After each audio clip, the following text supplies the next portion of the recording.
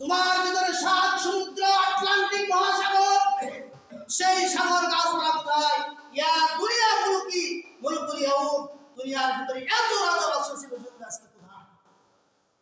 আল্লাহ এরকম পাঁচ আঙ্গুলের উপর পাঁচটা জিনিস থেকে ধাক্কা দিয়ে বলবেন তাহাতা সারা সূরা তাহার ভিতরে আছে, কাদা বানিয়ে রাখবেন এক আঙ্গুলে।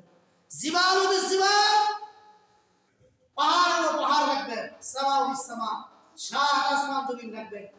এইভাবে করে পাঁচটা আঙ্গুলের উপর পাঁচটা জিনিস রেখে বলবেন আনাল মুলকু আইনা মুলকুল ইয়াউম। আজকে কে আছে কথা বলার মতো বলো দেখি, যদি আমল যদি খারাপ হয়ে যায় কি অবস্থা হবে সেদিন দেখতে পাবে। কথা নাকি চতুর সাইডে মৃত্যু আসবে, গ্রাম করে নেবে, চতুর সাইডে আপনাকে দংশন করবে। হাদিসে বলা আছে যে 42 হাত হবে আপনার সেই শরীরের চামড়া, সেই চামড়া হবে 42 হাত। আল মাজলিসু বাইনাল মক্কা ওয়াল মদিনাতা, সেই তাদের বসার আসনটা হবে মক্কা এবং মদিনার ভিতরে যত জায়গা আছে কত জায়গা হবে তাদের আসনটা, কত লম্বা চড়া হবে, কত সে স্বাস্থ্যবান হবে। এরকম অবস্থায় তাকে জাহান্নামে দেওয়া হবে।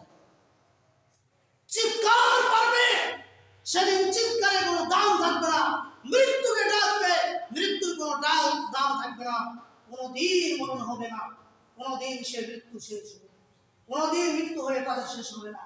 সুবুরান কাসিরা, তোমরা যদি ডাকো মৃত্যুকে একদিন না, দুই দিন না, লাখবার না, কোটি কোটি বার, অজস্র কোটি বার যদি ডাকো, তবুও সেদিন মৃত্যু শেষ হবে না। ইজা মাতাল ইনসানু ইনকাতি, মৃত্যুবরণ করার সাথে সাথে যে আপনার আমল বন্ধ হয়ে যায়, শুধু থাকবে যা করে গেলেন এই আমলটাই।